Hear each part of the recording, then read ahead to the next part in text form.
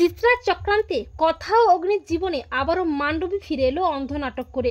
হ্যাঁ বন্ধুরা, আমরা এমনটাই দেখতে পাবো কথা ধারাবাহিকের আগামী পর্বগুলোতে। কথা ও অগ্নি ভালোবাসার অভিনয় করে জুনি অঙ্কিতকে কাছাকাছি আনতে গিয়ে নিজেরাই অনেকটা কাছাকাছি চলে আসে। এরপর গুহবাড়ির কায়দা কানুনেরা সবাই মিলে ব্যাডমিন্টন খেলায় মেতে ওঠে, আর ব্যাডমিন্টন খেলতে গিয়ে কাছাকাছি আসে কথা অগ্নি। এরপর কয়েকদিন পর আসে গুহবাড়িতে অন্নকূট উৎসব। কর্তা দাদু ও কর্তা দিদা বলে, আমাদের এই গুহবাড়িতে অন্নকূট উৎসব বড় করে পালন করা হয় আর দরিদ্র সেবা করানো হয়। আর এই উৎসবের জন্য ভোগ কিন্তু গুহবাড়ির বড় বউ ও বড় ছেলেকেই করতে হয়, তাই কথা মা অগ্নি দাদু ভাইকেই ভোগ রান্না করতে হবে, আর সেই ভোগ দিয়েই দরিদ্র সেবা করানো হবে।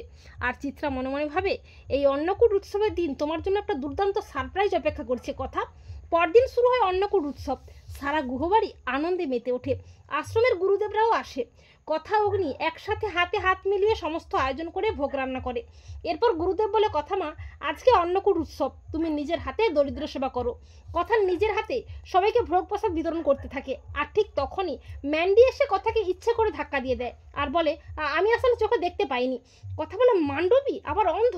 না, এটা কোনো মতেই হতে পারে না, এটাও নতুন কোনো চাল। তো বন্ধুরা, তোমাদের কি মনে হয়, কথা কি পারবে ম্যান্ডির চক্রান্ত থেকে নিজেদের বাঁচাতে?